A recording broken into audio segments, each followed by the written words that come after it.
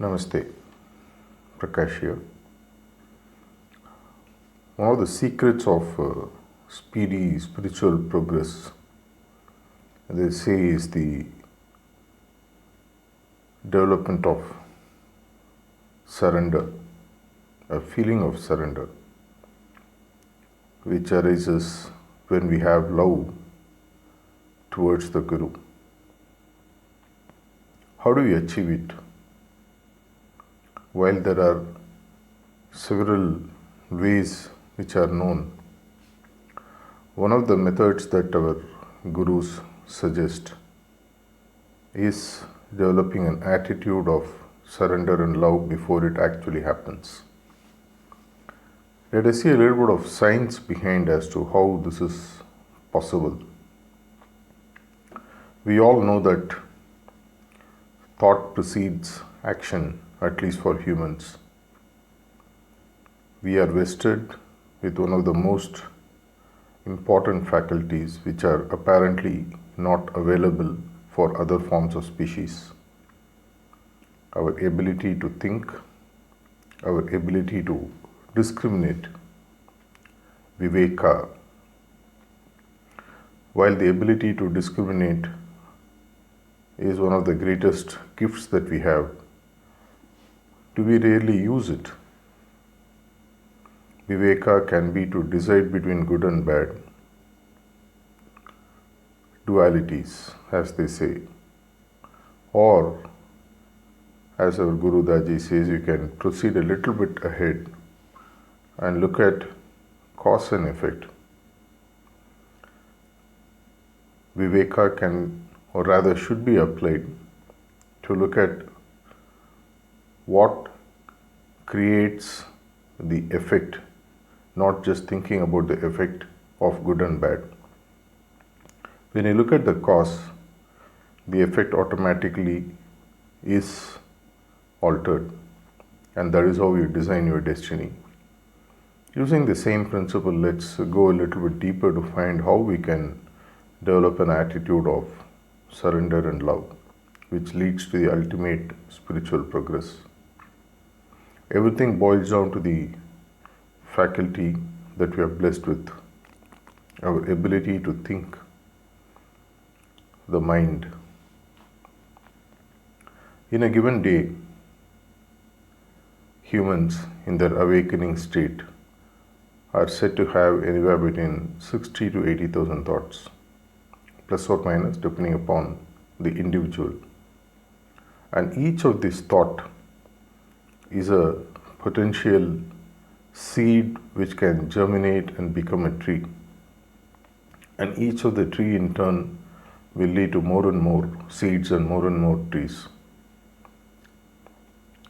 The seed is the thought, the tree is the output or the action of it. Imagine every given day when you wake up, you are given 60,000 seeds by God, and you are free to plant it as you choose. You can also not plant it, leave it as it is. Or you can plant it as a weed. Or you can plant it as a tree which will bear a very good fruit. It's up to you. Since many of us are not aware of it, we effectively do not use it at all. Let's see how attitudes form. Attitudes form when you have a very strong belief system about something. This belief system initially is formed by your thoughts. And these thoughts are to a great extent either fed by someone else or by what you read or generated by the experiences that you have. Hence, the input finally is the generation of thought, either by what you feel, what you observe, what you read, what others speak to you, the several sources of information that we see. This is one of the reasons why in our system of heartfulness, our gurus keep telling you to read a lot of literature. see a lot of videos of what masters speak, listen to their talks. Is it because they want to promote their concept? No, it is a way in which they want to protect us. The more you see all this, the more you tend to think about what they have said. The more you start thinking about it, it firms up as your belief system. What you consistently believe through the process of thinking is what finally becomes as your strong belief system. And this belief system solidifies as an attitude through which you start seeing the world outside. The chain doesn't end here. Attitude by itself does not produce much of consequence. Attitude normally, when it is backed by a very strong belief system, triggers a feeling inside of you. And this feeling is what leads you to action. If you do not have a strong belief system, your attitude is not very focused towards that area that you have chosen.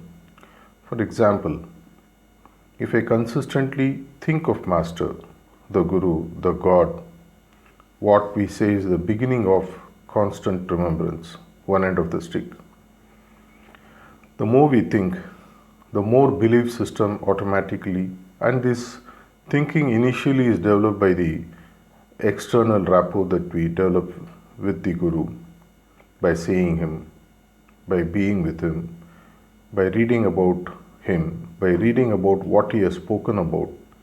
And all these triggers various neurons inside us, leading to a set of belief system that he is the one who is going to take.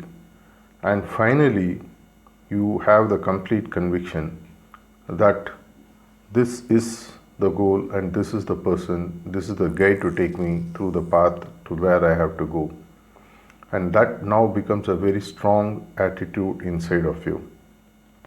And this repeated thinking of using unused thoughts which you have been wasting all along, you develop what is known as a very strong belief system, which leads to a very positive attitude towards the system, the Guru. And then slowly it leads to feeling. Thinking slowly leads to feeling when the thinking is focused. What you focused is what you keep focusing is what is going to expand. And once that feeling is triggered, you move into action. Human being normally moves into action when he has strong feelings towards something.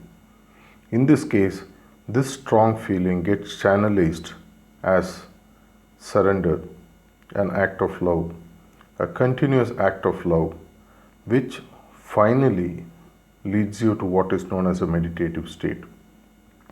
And when you are in a meditative state, you have very, very, very strong feeling for the person on whom you are meditating, for the person who is the goal, for the person who is also the path, who is the guide. It all becomes merged into one.